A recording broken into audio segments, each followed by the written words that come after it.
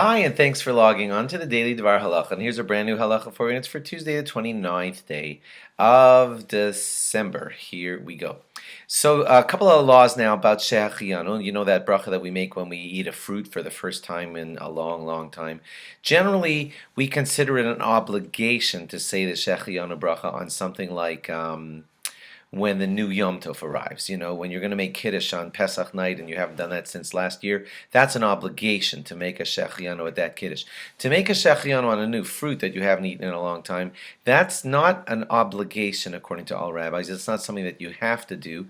But a lot of rabbis say that although it may not be an obligation that you have to do, you should want to do it. The Mishnah Berurah says that you should try to go out of your way to find a new fruit and eat that new fruit and have an opportunity to say Shehecheyanu because God created that beautiful new fruit for you to be able to recite this bracha. That's why this fruit is here. So to be lax about it is really to waste an opportunity that God gave you to praise Him. And so you should want to go after that new fruit, get it, and say Shehecheyanu on it. If you're all lenient and say, who cares? You don't have to worry about that stuff.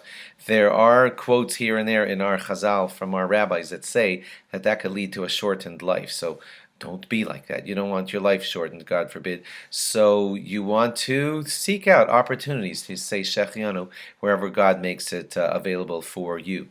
You only make the bracha of Shehecheyanu on a new fruit when you're going to eat the new fruit, but if you just see it in a store or hanging on a tree, that's not enough of the happiness to be able to make the bracha just from seeing it hanging there on the tree or in the store. It's when you're about to eat it. If you have a new fruit and you want to make a Shehecheyanu on it, but you ended up eating the fruit and did not make the Shehecheyanu, some rabbis say that, oh, okay, fine. So you'll make the Shehecheyanu the second time around when you eat it, and that's what some people follow, but not all. And it's best to try to get the Shehecheyanu in on that first run, because saying it on the second time that you eat that food, according to a lot of rabbis, it's questionable whether you can say the Shehecheyanu then. And lastly, when making a Shehecheyanu, it's best if you're going to make the Shehecheyanu on a fully grown version of that fruit, not on a little premature fruit.